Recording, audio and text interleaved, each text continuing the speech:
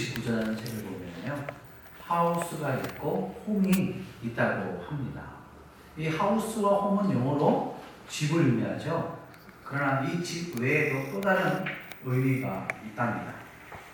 그것이 뭐냐면, 첫째로 자막 한번 볼까요? 첫째로 하우스는 물질적인 집이라는 거예요. 그런 반면에 홈은 정서적인 집을 의미합니다. 두 번째는 하우스는 제도의 중심의 집이요, 홈은 인간 중심의 집이다. 세 번째로 인체로 비유하면 하우스는 골격이지만 홈은 피와 같다라고 그렇게 말을 했습니다. 자, 여기서 한번 여러분께 질문 한번 해볼게요. 그러면 우리나라 사람들은 홈에 가까울까요? 하우스에 가까울까요? 하우스. 네. 홈보다는 하우스에 가까운 것을 우리가 볼 수가 있습니다. 이 말은 뭐냐면, 우리나라는 가족이라는 형식을 강조하지만 실질적으로 내실이 없다라는 것을 꼬집어서 이야기하는 말이죠. 다른 어느 나라보다도요, 우리나라는요, 가족 중심의 혈연 굉장히 중요하게 여기고 있습니다. 특별히 부부 중심보다는 자녀 중심을 더 중요하게 여기고 있습니다. 예를 들면은요, 결혼을 하면은요, 그 가정은 부부 중심이 되죠. 그리고 결혼해서 자식을 낳으면 그때부터는 부부 중심이 아니라 자녀 중심으로 바뀌는 것을 볼 수가 있습니다. 그때부터는 이제 남편은 눈에 잘 안 보이죠. 오직 자녀들. 네, 그리고 아내는 남편보다 자녀. 남편도 마찬가지입니다. 아내보다는 자녀. 그러다 보니까 어떻게 해요? 때로는 자녀들의 어떤 과잉보호가 있을 때가 많이 있습니다. 또 아이들의 교육을 위해서 재정적인 모든 분들이 거의 많이 사용을 하게 되기도 하죠. 또 기러기 아빠가 생겼고, 또 자녀를 위해서라면 물심양면 헌신하는 부모들이 참 많이 있습니다. 또 성인이 되어서도 독립하지 못하고 부모가 끼고 사는 경우도 많이 있습니다. 그러니까 내 삶이 아니라 부모는 자녀를 위한 삶을 살아가는 것을 볼 수가 있습니다. 이것이 한국 민족의 특징입니다. 이렇게 우리나라는요, 자녀 중심의 가족으로 구성되어 혈연 관계를 매우 중요하게 여기고 있습니다. 그런데 이와 같이 혈연 관계를 중요하게 여기는 민족이 있어요. 그 민족이 바로 유대 민족입니다. 유대 민족은요, 이방인들과의 피를 섞이는 것을 굉장히 싫어합니다. 그리고 자녀 교육에 대해서 굉장히 남달리 중요하게 여깁니다.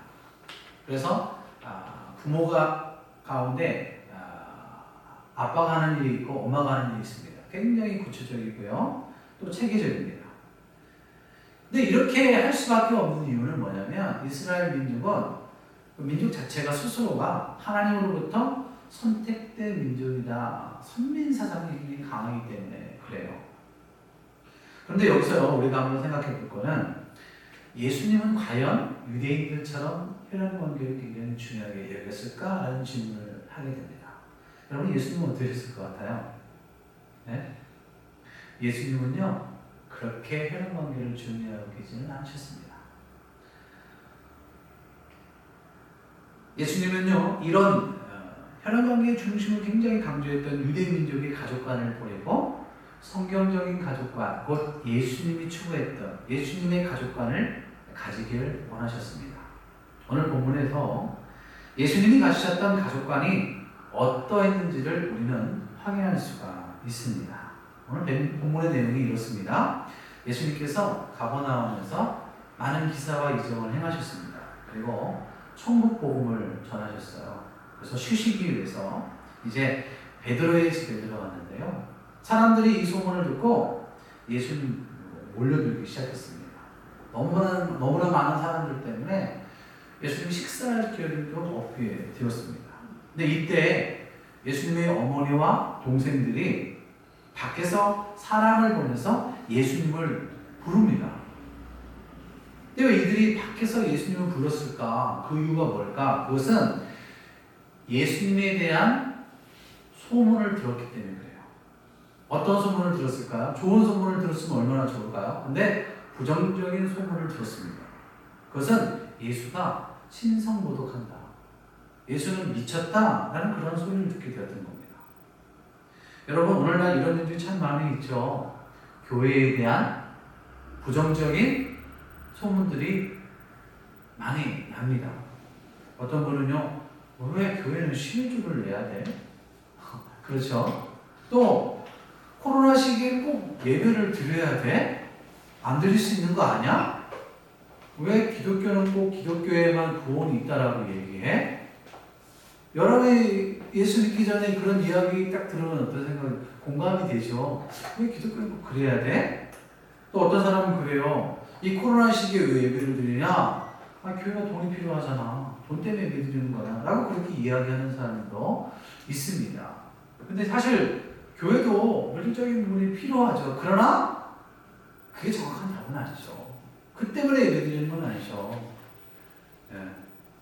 어떤 분이, 제가 목사잖아요. 제가 목사인 거 알면서도 저에게 그런 이야기를 해요. 목사님, 요즘 손님들 좀 많이 오셨어요? 그런 얘기를 하셔요.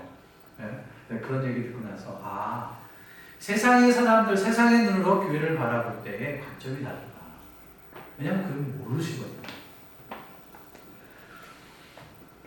우리 오늘 본문의 내용에 전후를 한번 들어가 볼까요? 마가복음 3장 21절을 한번 보겠습니다. 같이 한번 다 읽어볼게요. 시작. 예수의 친족들이 듣고 그를 불러 나오니 이는 그가 지쳤다. 네. 예수님 어머니와 동생들이 예수님을 붙들어 나온 거예요. 이유가 뭐라고요? 예수님이 미쳤다는 소문을 들었어요. 예루살렘에서 내려온 서기관들이 예수님의 행하신 이적들을 보고 바알세불, 곧 마귀의 힘을 빌어 귀신을 쫓아낸다 라는 그러한 소문이 있었던 겁니다. 비난을 했던 거죠. 이 때문에 예수님은 서기관들과의 논쟁을 벌였습니다. 그들의 주장은 뭐예요? 예수가 미쳤다. 미쳤다라는 건 뭡니까? 예수님이 귀신에게 조종당해서 이적을 행한다 라는 말이 되는 것이죠. 그래서 이 소식을 듣고 그 먼 나사렛이라는 동네에서 30km나 떨어진 나사렛이라는 동네에서 예수님을 붙잡으러 온 거예요. 그런데 이때 예수님이 뜻밖의 말씀을 하세요. 한번 읽어볼까요? 마가복음 3장 33절에서 35절 같이 읽겠습니다. 시작. 대답하시되 누가 내 어머니이며 동생들이냐 하시고 불러앉은 자들을 보시며 이르시되 내 어머니와 내 동생들을 보라. 누구든지 하나님의 뜻대로 행하는 자가 내 형제요 자매요 어머니라. 여러분, 자녀가 여러분에게 이런 얘기를 딱 했다 생각해 보십시오. 어떤 마음이 들어요? 나는 괜찮다. 저는 내가 부모고 우리 주한인가 주단도 저한테 그런 얘기했다면 좀 굉장히 섭섭한 마음이 들었을 거라고 생각됩니다. 내가 너를 어떻게 기르는데? 하긴 내가 기르는 건 아니죠. 하나님이 기르신 거지만, 그러나 인간적인 입장에서 볼 때는 이거는 자식이 부모에게 할 말이 아니죠. 그렇죠? 그리고 예수님 주변에 그 이야기를 듣던 사람들도 순간 깜짝 놀라서 속으로 이렇게 저런 이야기를 할 수 있을까? 라는 생각을 분명히 했을 거라고 생각이 듭니다. 그러나 여러분, 그렇다고 해서 예수님이 가족에 대한 어떤 부모에 대한 효, 원래 그러지 않습니다. 예수님은요, 부모를 공경하지 않는 것을 향해서 책망했습니다. 예수님은요, 효를 실천하셨어요. 십자가 위에 마지막 숨을 거두실 때, 그때 예수님은요, 요한을 불러서 마리아, 자신의 어머니를 부탁했습니다. 그러므로 우리는요, 예수님이 누가 내 어머니이며 내 동생이냐, 내 동생들이냐 라고 말씀하신 그 예수님의 의도를 우리는 잘 알아야 하는 것이죠. 자, 먼저요, 예수님은 어머니와 동생들이 자신을 왜 찾아왔는지에 대해서 알고 있었습니다. 그리고 예수님은 가족이 자신을 믿지 않고 있다는 것 또한 너무나 잘 알고 있었어요. 그래서 요한복음 7장 5절에는 이렇게 말씀하세요. 이는 그 형제들까지도 예수를 믿지 아니하리라. 그 가족들도 예수님을 믿지 않았어요. 그러니까 미쳤다는 얘기를 듣고 나서 정말 예수가 미쳤구나라는 받아들인 거죠. 가족들은 예수님의 사역을 이해하지 못했고 예수님이 하나님이 보내주신 메시아라는 사실도 몰랐습니다. 그들은 예수의 편에 서지 아니하였고 오히려 예수님을 대적하는 바리새인들과 서기관의 편에 서서 예수님의 사역을 방해하는 방해물이 되었던 거예요. 장애물이 되었던 거예요. 이것은 현실적인 관계가 하나님과의 이것은 혈연적인 어떤 관계가 하나님과의 관계에 있어서 믿음과 순종으로 나아가는 길에 방해가 될 수 있다는 것을 우리에게 말씀해주고 있는 겁니다. 그러므로 가족이란 혈연적인 가족 관계를 넘어 뉴 패밀리, 새로운 가족, 한층 더 차원이 높은 가족관을 예수님께서 말씀하시려고 했던 거예요. 그 새로운 믿음의 공동체, 그 새로운 믿음의 공동체가 무엇입니까? 오늘날 교회를 의미합니다. 자, 마태복음 16장 18절입니다. 시작. 또 내가 내게 이르노니 너는 베드로라. 내가 이 반석 위에 내 교회를 세우리니 음부의 권세가 이기지 못하리라. 아멘. 아멘. 아멘. 여러분, 이것은 혈연 관계로 하나님의 나라를 상속받을 수 있다 없다? 없다라는 것을 의미하고 있는 거예요. 하나님의 자녀가 될 수 없다라는 거예요. 예수님의 가족은 혈연으로 맺어진 가족이 아닙니다. 하나님 안에 진리 가운데 맺어진 가족만이 진정한 가족이 될 수 있다는 겁니다. 그렇다고요, 육신의 가족은 가족이 아니다? 라는 말이 절대 아닙니다. 여러분 오해하시면 안 돼요. 자, 이스라엘 민족은 어떤 사상을 가지고 있다고 말씀드렸습니까? 어떤 사상을 갖고 있어요? 오직 하나님으로부터 선택받은 민족, 선민 사상이 굉장히 강하게 지배적이었습니다.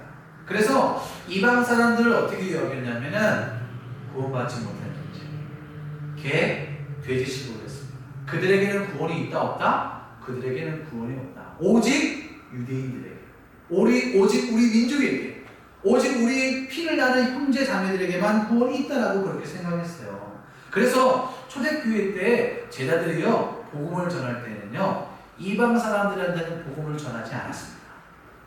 왜 그렇습니까? 우리 민족, 우리의 민족의 혈연, 우리의 가족만이 구원을 받을 수 있다는 잘못된 생각을 가지고 있었기 때문에 그래요. 그래서 예수님은 어떻게 했냐면 이런 생각을 깨기 위해서 성경에 예수님의 족보를 기록합니다. 근데 예수님의 족보를 기록하는데 아주 자세히 구체적으로 기록을 해요. 자, 마태복음 1장 1절에서 16절까지 쭉 보게 되면 누가 누구를 낳고가 계속 반복됩니다. 자, 한번 볼까요? 마태복음 1장 3절입니다. 자, 이 낳고를 보면서 특이한 점을 발견하게 되는데 여러분 특이한 점이 뭔지 한번 찾아보십시오. 마태복음 1장 3절 시작. 유다는 다말에게서 베리스와 세라를 낳고. 자, 뭐가 좀 특이한 부분이 있습니다. 뭘까요? 사람 이름이죠. 여기서 다말이라는 사람이 나옵니다. 이 다말은 누구냐면 이방 여인이에요. 이방 여인이라는 건 뭐예요? 피가 섞이지 않은 같은 민족이 아니라는 거예요. 그런데 이 다말이 다윗의 11대 조모가 됩니다. 자, 마태복음 1장 5절 말씀 읽어볼게요. 시작. 살몬은 라합에게서 보아스를 낳고 보아스는 롯에게서 오벳을 낳고. 그래서 두 명이 존재하는데 누구냐면 라합이라는 사람입니다. 라합이라는 사람은 어떤 사람이냐면 기생입니다. 오늘날로 말하면 창녀예요. 몸을 파는 사람이라는 거예요. 그리고 롯이 나옵니다. 롯은 모압 여인이에요. 모압이라는 것은 이방인이라는 거예요. 같은 민족이 아니에요. 피를 나누는 형제가 아니라는 거예요. 만약에 유대인의 혈통에서 구세주가 나와야 한다면 예수님이 나와야 했다면은 이 족보에 이방 여인이 기록이 되어 있으면 돼요, 안 돼요? 안 되는 거예요. 부끄러운 거죠. 가문의 수치가 되는 겁니다. 그럼에도 불구하고 하나님은 이렇게 예수님의 족보에 이방 여인 창녀를 집어넣었습니다. 왜 그랬을까요? 예수님은 그때는 혈연 관계가 중요하다, 중요하지 않다? 중요하지 않다. 중요하지 않다는 거예요. 사도 바울은 이렇게 이야기합니다. 로마서 2장 28절 시작. 무릇 표면적 유대인이 아니요 표면적 육신의 할례가 아닙니다.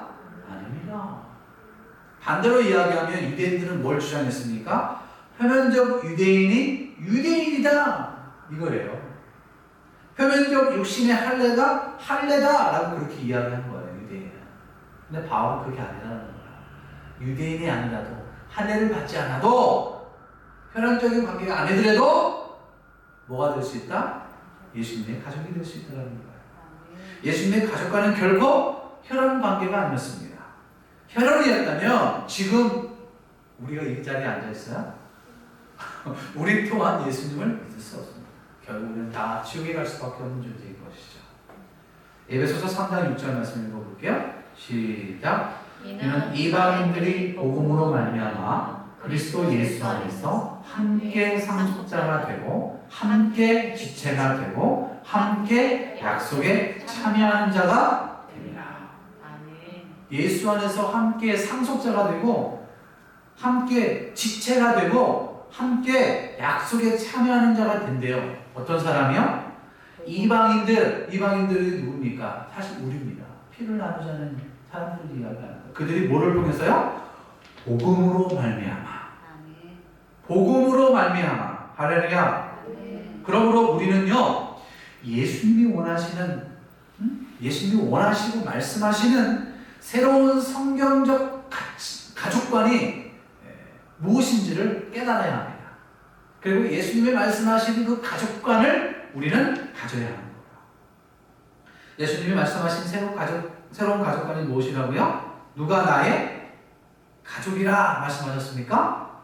네, 오늘 본문에 두 가지 우리가 살펴볼 수가 있습니다. 첫 번째, 자 같이 한번 읽어볼까요? 예수님 안에 있습니다.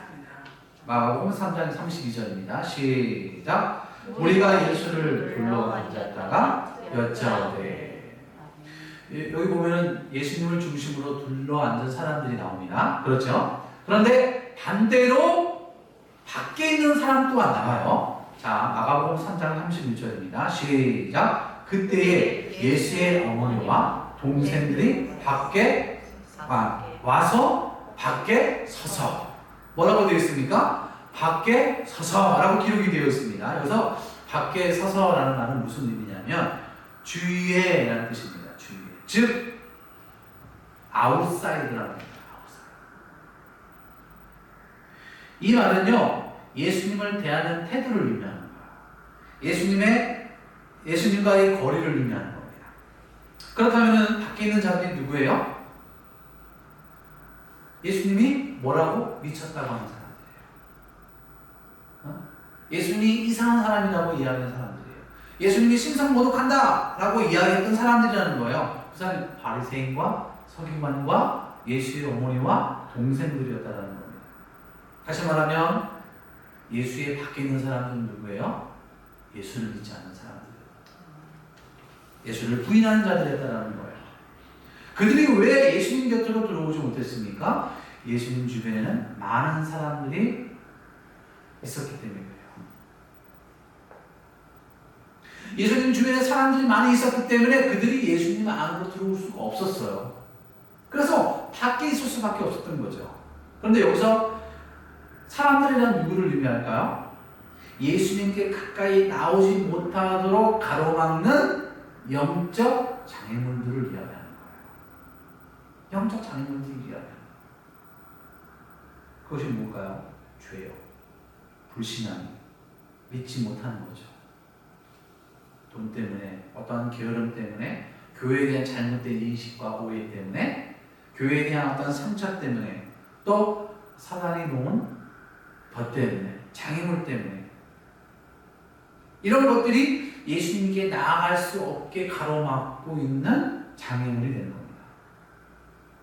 여러분, 육신의 가족이라도요, 예수님 밖에 있는 자는요, 아웃사이더. 이런 영적인 문제인 거죠. 가족이 교회를 다닌다 할지라도요, 그 안에는 인사이더가 있고 아웃사이더가 있습니다. 교회를 오래 다녔다 할지라도 인사이더가 될 수 있고 아웃사이더가 될 수가 있어요. 예수님의 어머니와 동생은요, 지금 다 뭐예요? 아웃사이더예요. 그냥 충격적인 거죠. 편안적으로 봤을 때에는 인사이드, 너무나 가까운 관계라는 거예요. 그러나 예수님 봤을 때에는 그렇지 않다는 거예요. 굉장히 충격적인 말이죠. 마가복음 3장 34절 같이 읽습니다. 시작. 둘러앉은 자들을 보시며 이르시되 내 어머니와 내 동생들을 밖에 있는 육신의 가족은 난 잘 모르겠다. 그러나 지금 이곳에 내 둘러앉아 있는 이들은 곧 나의 어머니요 나의 형제들이다. 나의 동생들이다. 라고 그렇게 이야기합니다. 이들이 나의 새로운 뉴 패밀리라는 거예요. 육신의 가족 관계를 무시하는 것이 절대 아닙니다. 영적인 새로운 가족 관계를 주님은 말씀하고 있는 거예요. 육신의 가족도 중요하죠. 너무너무 중요합니다. 그러나 더 중요한 건 뭐라는 거예요? 예수의 가족. 영적인 가족도 중요하다는 거예요. 자, 그 반대로 뭡니까? 둘러앉은 자들이 있습니다. 이 둘러앉은 자들이 누굴까요? 예수님의 제자들입니다. 예수님의 말씀에 기울이는 자들, 예수님을 구세주로 믿는 자들, 예수님을 만남으로 말미암아 거듭난 자들을 이야기하는 거예요. 요한복음 1장 12절 말씀 읽어볼게요. 시작. 영접하는 자, 곧 그 이름을 믿는 자들에게는 하나님의 자녀가 되는 권세를 주셨으니. 아멘. 거듭난 자만 하나님의 자녀가 되는 거예요. 하나님을 믿는, 예수 그리스도를 믿는 자만이 하나님의 자녀가 되는 거예요. 그러면 여러분 생각해 보십시오. 하나님을 믿는 자가 하나님의 자녀가 되었다면, 그러면 하나님을 믿는 자녀가 바라볼 때 하나님은 어떤 분이 되시는 거야? 우리의 아빠, 아버지가. 성경은 우리가 하나님의 자녀라고 이야기하잖아요. 그러면 하나님은 우리에게 어떤 분이 된다고요? 아버지가 됩니다. 아버지. 하나님이 우리의 아버지라면 저와 여러분은 어떤 관계가 되는 거야? 형제요? 자매요? 한 가족. 이것이 뭐라고요? 교회. 그러므로 육신의 가족에만 최선을 다하는 것이 아니라 영적인 가족, 하나님의 가족된 믿음의 지체들을 더 아끼고 사랑하고 보살피고 사랑으로 섬김을 가져야 합니다. 그리스도 안에 한 몸된 지체로서 서로 부족함을 채워주고 연약함을 채워주고 또 신앙으로 함께 다독거려주고 천국 복음의 사명을 감당할 수 있도록 믿음의 도입자가 되는 거예요. 이게 예수님이 원하시는 가족과의 모습이라는 겁니다. 여러분, 세상의 모든 혈연은요, 죽으면 다 끊어지게 되어 있습니다. 부부관계도 죽으면 끊어지게 돼요. 부모와 자식 간에도 죽으면 끝나는 거예요. 그러나 영적 뉴 패밀리는 끝나지 않아요. 영원한 거예요. 영원한 거예요. 사랑하는 더 행복한 교회 성도 여러분, 저와 여러분은 예수 그리스도 안에 있는 믿음의 새로운 뉴 패밀리다. 새로운 가족이다. 여러분 잊지 않기를 주의로 축복합니다. 두 번째는요, 하나님의 뜻대로 행하는 자들입니다. 마가복음 3장 35절입니다. 시작. 누구든지 하나님의 뜻대로 행하는 자가 내 형제요, 자매요, 어머니라. 아멘. 예수님의 제자인 요한은요, 요한복음 6장 40절을 통해서 이렇게 말씀하십니다. 같이 읽습니다. 시작. 내 아버지의 뜻은 아들을 보고 믿는 자마다 영생을 얻는 것이에요. 아버지의 뜻이 뭐라고 얘기하는 거예요? 아들을 보고 믿는 거래요. 아들이 누굽니까? 예수님을 이야기하는 겁니다. 예수님을 보고 믿는 것이 아버지의 뜻이래요. 자, 그렇다면 어떻게 우리가 예수님을 볼 수가 있어요? 성경에 계시된 하나님의 말씀을 통해서 우리는 누구를 본 거야? 예수님을 볼 수가 있는 거죠. 그럼 하나님은 어떻게 봐요? 예수님을 통해서 하나님을 보는 거예요. 그래서 성경은 그렇게 얘기했잖아. 나를 본 것이 하나님을 본 것이다. 그렇게 말씀하고 있잖아요. 우리는요, 성경을 통해서 예수님을 볼 수가 있고 예수님을 통해서 하나님을 볼 수가 있는 거예요. 하나님의 뜻은 우리가 성경을 통해 예수님을 보고 잘 믿는 거예요. 잘 믿는 거예요. 제대로 믿는 거예요. 대충 믿지 말고 인생의 고난이 닥쳐오였을 때에 흔들림 없이 오직 예수, 오직 예수, 오직 예수를 믿는 것이 하나님 우리를 향한 하나님의 뜻이라는 거예요. 여러분 믿습니까? 제가요 지금 죽어요. 제가 지금 죽어요. 그러면 여러분한테 마지막으로 남기고 싶은 말이 무엇입니까? 라고 하면 제가 여러분이 마지막으로 남기는 말이 뭘까요? 네? 제 자동차 앞유리창에요 연락처가 있습니다. 그 연락처 뒤에 이런 글귀가 있어요. 우리나라 최초로 템플턴 성을 수상한 한경진 목사님이 남긴 말이에요. 뭐라고 썼냐면 과오를 덮어주신 은혜를 잊지 말고 예수 잘 믿으시오. 여러분 하나님 뜻은요 우리가 예수 잘 믿는 겁니다. 그럼 믿습니다 믿습니다 라고 하면 다 되는 걸까요? 아닙니다. 그 믿음을 뒷받침할 수 있는 행위가 필요합니다. 순서를 잘 아셔야 됩니다. 행위가 중요한 게 아니라 뭐가 중요한 거예요? 믿음이 중요해요. 믿음이 먼저 앞으로 가요. 믿음이 있으면 행위가 뒤따라지게 돼요. 야고보 사도는 뭐라고 얘기해요? 영혼 없는 몸은 죽은 것 같이 행함이 없는 믿음은 죽은 믿음이다. 그렇게 얘기했잖아요. 그러니까 말로만 나 예수님 믿어 이게 아니라는 거예요. 믿음의 행위가 뒤따라야 한다라고 말씀하고 있는 거예요. 그러면 믿음의 행위가 무엇입니까? 따라합시다. 하나님의 말씀에 대한 순종이다. 마음을 다하고 뜻을 다하고 힘을 다하여 하나님을 사랑하고 내 이웃을 내 몸처럼 사랑하는 겁니다. 자, 누가복음을 기록한 누가는 이렇게 기록했습니다. 누가복음 8장 26절 시작. 예수께서 대답하여 이르시되 내 어머니와 내 동생들은 곧 하나님의 말씀을 듣고 행하는 이 사람들이라 하십니다. 아멘. 말씀을 듣는 것으로만 끝나는 것이 아니라 행하라 곧 순종하라. 그들이 어떤 사람이라고요? 예수의 가족이다. 여러분 우리가 얼마나 하나님 말씀에 듣고 순종하십니까? 믿음의 가족을 얼마나 섬기고 있습니까?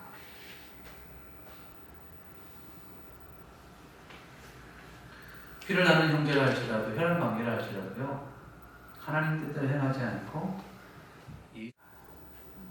누구든지 인종에 관계없이 성별에 관계없이 빈부에 관계없이 누구든지 지금 이전에 그렇게 안 했지만 지금 이 순간부터라도 누구든지 예수를 믿고 순종하며 나의 형제요 나의 자매요 예수의 가족이다. 우리는 지금부터 지금 이 순간부터 예수님이 말씀하신 그 말씀처럼 새로운 가족이라는 그 마음을 새겼으면 좋겠습니다. 그리고 그 가족됨을 우리 더욱더 힘쓸 수 있는 저와 여러분 되실 길을 주의 이름으로 축복합니다. 서로 사랑하며 하나님의 뜻을 행할 수 있기를 다시 한번 주님의 이름으로 축복합니다. 따라합시다. 우리는 예수의 가족이다. 우리는 예수의 가족이다. 믿습니까? 기도하겠습니다.